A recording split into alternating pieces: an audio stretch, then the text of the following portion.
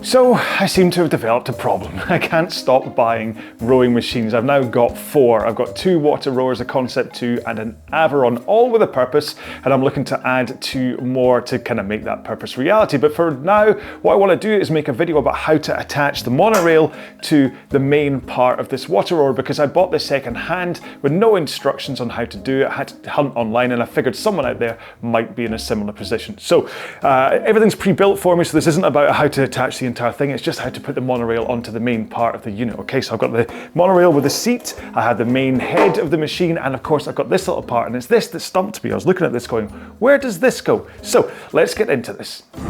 Okay, so quite handily, in a freezer bag, I have all of the screws that attach it together. Let's get so here we go. So I'm going to lay, like every good workman, I'm going to lay them out in front of, on the floor in front of me, and eventually lose them. So what you have to know is that there has to be, what's that, 2, 4, 8 attachment points here, okay? So, and I can see that there's 2 on the front of here, so that makes 2. And then there's going to be a couple on here, so that's 2 more, 1 more, that's 5. That's not 8 though, is it? How's this going to work? Right, so I'm just going to aim to attach the main monorail onto the front, but of course I'm going to have to undo more of this rather groovy, very sticky blue tape. There we go, that's all off. And then this is the return, the bungee return, which I will unhook because I don't want to get that snagged in. And what I'm assuming is because there's the 2 vertical holes here, and there's 2 vertical holes there you go, inside here. I think even I can work out that that's how it kind of attaches together, but I have to work out what screws I need to use, or bolts, whatever you want to call them. So there's 2 of those ones, so no, that's too thick. And there's 4 of these ones, so maybe it's these. Oh, there we go. So, scoot this back, insert this into its wee hole, shifting it forwards, and then might be easier if I wasn't wearing a hat. Maybe wondering why I'm wearing a hat today. It's because there's another guy that has a rowing channel, and he's a lot bigger than my channel, and I figure it must be the hat. So I'm wearing a hat today.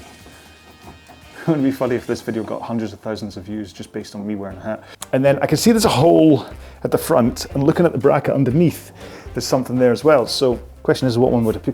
Possibly the big long one, because that would be through all this piece of wood. That'd be roundabout right. There you go. Okay, yeah. And then again, I'm just going to leave that relatively loose.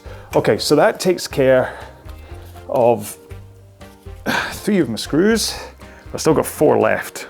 What's left? Right, okay, so I've got this has to go on next, which I figure means tipping. So let's move you to the front.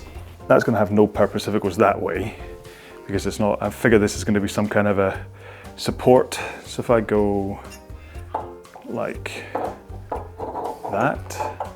Nope. What am I doing wrong? There's 2 holes here, which I figure that goes onto. If I turn it like that, that makes absolutely no difference. If I turn it like that, that makes absolutely no difference. Does it go, oh hang on, does it go that way? Hey, there we go. Yeah. There we go, right, so this probably explains a couple more of the bolts. So I've got the one longer one that's left, so that's gonna go in the middle up here, and this secures, yes, this is structural support, because I did wonder. Okay, so again, I'm not gonna fully tighten you. Right, so I'm left with 2 of them. It's the thicker of the 4 I've got left.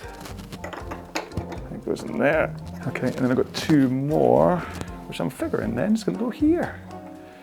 So turning it upside down seems to have been the key for, oops.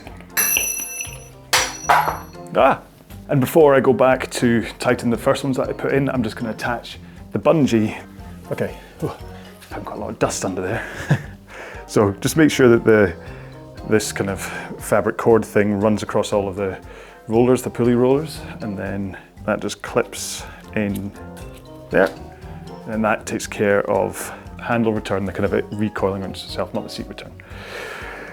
Right, okay, so I'll just put it back down again, and all I've got to do is tighten up the last of the bolts that we first started off with. So, I didn't really think about putting a camera under here. Hope you don't mind. And there we go. So the last thing I have to do is fill up the tank with water, and then it's going to be fine to row, but it all works. And I think, with any luck, I can sit on this and it's not going to snap. This is the first time I've sat on a monorail version, so your feet are quite high. But yeah, see, it's not snapping, so that's a good sign. I'll have to put my feet down in the foot stretchers when I try this out properly. So